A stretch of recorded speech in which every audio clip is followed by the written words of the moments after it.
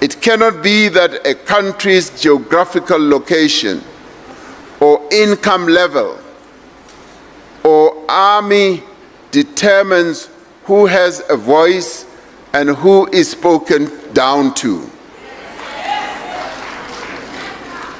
And it basically means that there should be no bullying of one nation by another nation. We are all equal. Listen, this is getting serious.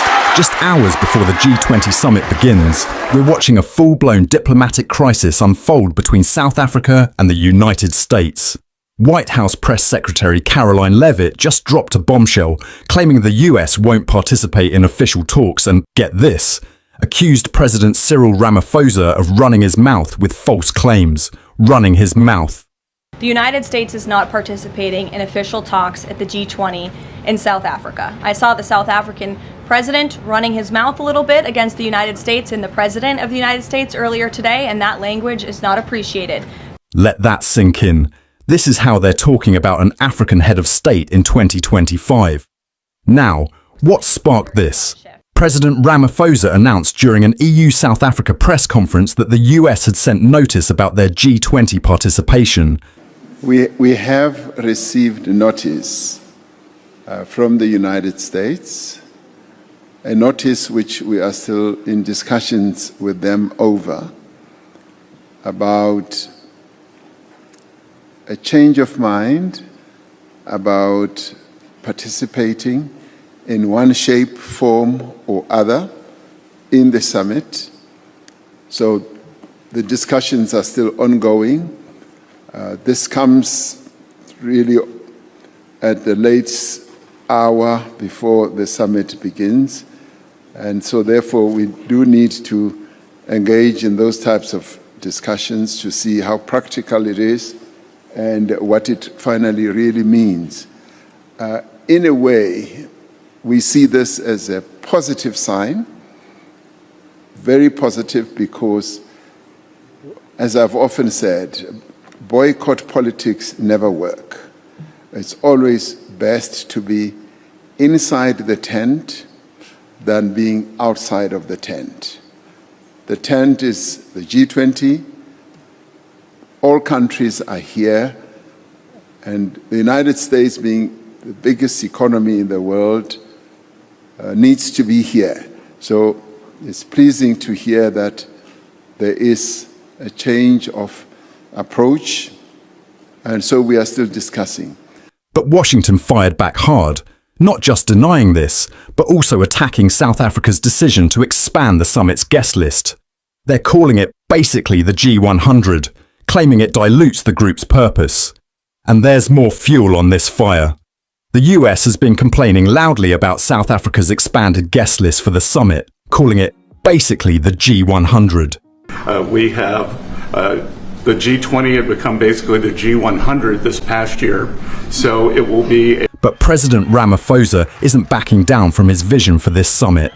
Despite the American pushback and these inflammatory comments, he's moving forward with his plans. He just delivered a powerful speech ahead of the summit that's about to begin.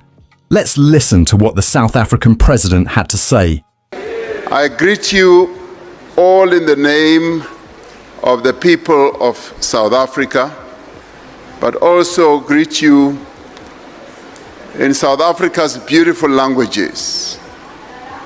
One of these greetings, Sanibonani in the Zulu language, typifies precisely what we are about. It literally means we see each other.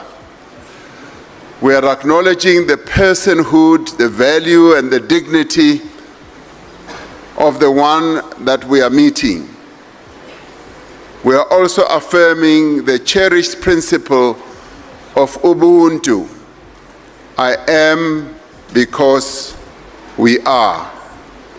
This is the spirit in which this G20 Social Summit is being held. And it speaks very loudly to the proverb that we have on the African continent, that if you want to go fast, anywhere, go alone. But if you want to go far, go together.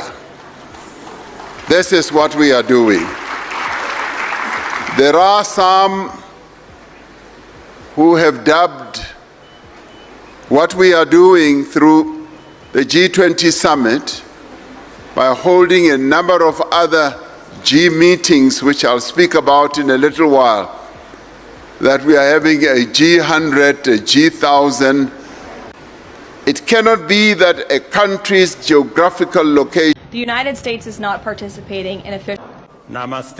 And that is true. We are having a G1,000,000